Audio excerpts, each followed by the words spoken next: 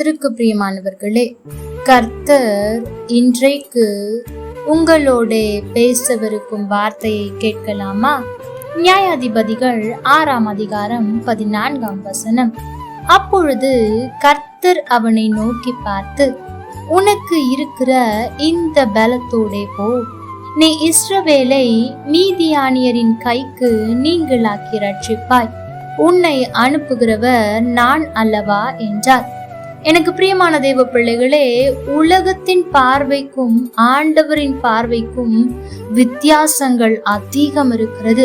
உலகம் நம்மை ஒரு விதமாய் பார்க்கலாம், ஆனால் ஆண்டவர் நம்மை வேறு விதமாய் பார்ப்பார். இங்கே கூட பாருங்கள், இந்த கிதியோன் என்பவன் யார் என்றால், கோதுமையை மீதியானியரின் கைக்கு தப்புவிக்கிறதற்காக போரடித்து கொண்டிருந்த ஒருவன். அவனுக்கு யுத்தம் என்றால் என்னவென்று தெரியாது. கோதுமையை பாதுகாக்க வேண்டும் என்று ஒன்றை செய்து கொண்டிருக்கிறான். சண்டை போடுவதற்கான பலன் கிடையாது, அதற்கான முன் அனுபவம் எதுவுமே கிடையாது. அவனை பார்த்து ஆண்டவர் அழைத்து சொல்லுகிறார், உனக்கு இருக்கிற இந்த பலத்தோடே போ என்று. நான் யோசித்து பார்க்கிறேன், ஒருவேளை ஆண்டவர் இந்த வார்த்தையை என்னிடத்தில் சொல்லி இருப்பாரானால், ஆண்டவரே, என்னிடத்தில் என்ன பலன் இருக்கிறது? இந்த கோதுமையை நான் போரடிப்பேன், அவ்வளவுதான் என் பலன்.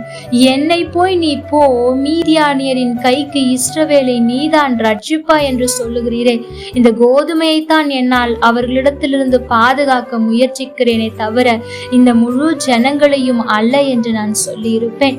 அங்கே ஆண்டவர் சொல்லுகிறார், நான் உன்னை அனுப்புகிறேன், நீ போ என்று. எனக்கு பிரியமான தேவ பிள்ளைகளே, உலகத்தில் இருக்கும் போது நீங்கள் யுத்தங்களை சந்திக்க வேண்டுமானால் உலகத்தின் பார்வையில் என்னென்ன காரியங்கள் இருக்க வேண்டும் என்று சொல்வார்கள் தெரியுமா? முதலாவது, நீங்கள் பலம் உள்ளவர்களாய் இருக்க வேண்டும், நல்ல வாட்ட சாட்டமாய் இருக்க வேண்டும் என்று எதிர்பார்ப்பார்கள். இரண்டாவது, நீங்கள் யுத்தத்தை பற்றின அறிவுள்ளவர்களாய் அதில் பழகினவர்களாய் இருக்க வேண்டும் என்று நினைப்பார்கள். கையில் ஆயுதம் என்று அப்படிப்பட்ட காரியங்களை எதிர்பார்ப்பார்கள். நீங்கள் சண்டையிட போகிறவர் யார், அவர் எவ்வளவு வலிமை வாய்ந்தவர், உங்களால் தோற்கடிக்க முடியுமா என்று பார்ப்பார்கள். உலகம் இதைத்தான் பார்க்கும். ஆனால் நீங்களும் நானும் ஆராதிக்கிற தேவன் பார்க்கிற பார்வையை பாருங்கள். அவருடைய பார்வையே வித்தியாசமாயிருக்கிறது. முதலாவது சொல்லுகிறார், நீ பலவானாய் இருக்க வேண்டிய அவசியம் இல்லை, உனக்கு இருக்கிற இந்த பலன் போதும் என்று சொல்லுகிறார்.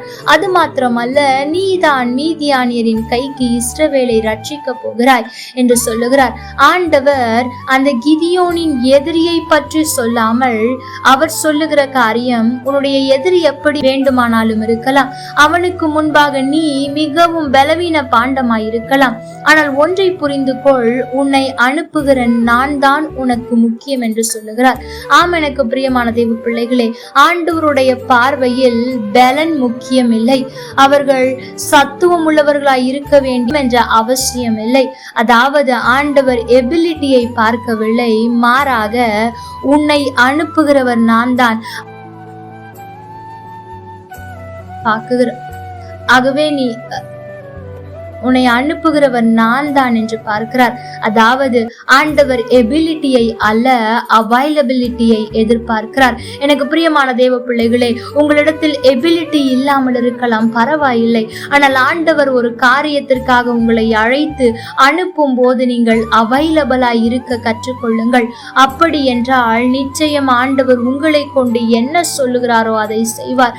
அதே அதிகாரத்தை நீங்கள் வாசிப்பீர்கள் என்றால், ஆண்டவர் அந்த கிதியோனை கொண்டே இஸ்ரவேல் ஜனங்களை மீதியானியரின் கைக்கு தப்புவித்தார். எனக்கு பிரியமான தேவ பிள்ளைகளே, அன்றைக்கு கிதியோன் முதலாவது மீதியானியரின் கையிலிருந்து கோதுமையை தப்புவிக்க அவன்தான் போரடித்துக் கொண்டிருந்தான். வேறு யாரும் அவனோடு இருந்ததாக வேதம் குறிப்பிடவில்லை. ஆண்டவர் அதை பார்த்தார். இந்த கோதுமைக்காக நீ இவ்வளவு பிரயாசப்படுகிறாயே, நான் இப்பொழுது அழைக்கிறேன், நீ வந்தால் இஸ்ரவேல் ஜனங்களையே உன்னை கொண்டு தான் நான் பாதுகாப்பேன் என்று அழைக்கிறார். உனக்கு இருக்கிற இந்த பலன் போதும் என்று சொல்லுகிறார். அப்பொழுதும் அவனுக்கு சந்தேகம் இருக்கிறது. நான் மிகவும் ஏழ்மையானவன், என்னுடைய குடும்பத்தில் நான் சிறியவன், என்னால் எப்படி முடியும் என்று. ஆனால் ஆண்டவர் திரும்ப சொல்லுகிறார், உனக்கு இருக்கிற இந்த பலன் போதும், பலவானாய் இருக்க வேண்டிய அவசியம் இல்லை. நான் அழைக்கும் போது நீ சரி என்று சொல்லி நீ உனக்கு ஒப்பு கொடுத்தால் போதும் என்று சொல்லுகிறார். எனக்கு பிரியமான தேவ பிள்ளைகளே, இன்றைக்கு எதற்கோ அவைலபிளா இருக்கிறோமே, ஆண்டவர் அழைக்கும் போது போது அந்த அழைப்பின் சத்தத்திற்கு அவைலபிளா இருக்க கற்றுக்கொள்ளுவோம். ஆண்டவருக்கு தேவை எபிலிட்டி அல்ல, அவைலபிலிட்டி. ஆகவே இந்த நாளிலிருந்து ஆண்டவரே, நான் உமக்கு அவைலபிளாய், அதாவது எப்பொழுதும் உமக்காக இருக்கிறேன் என்ற வார்த்தையை சொல்லுங்கள். அவர் உங்களை பயன்படுத்துகிற விதம் வித்தியாசமாய் இருக்கும். கர்த்தர் தாமே உங்களோடு கூட இருந்து உங்களை ஆசீர்வதிப்பாராக. ஆமென். லைக் பண்ணுங்க, ஷேர் பண்ணுங்க, கமெண்ட் பண்ணுங்க.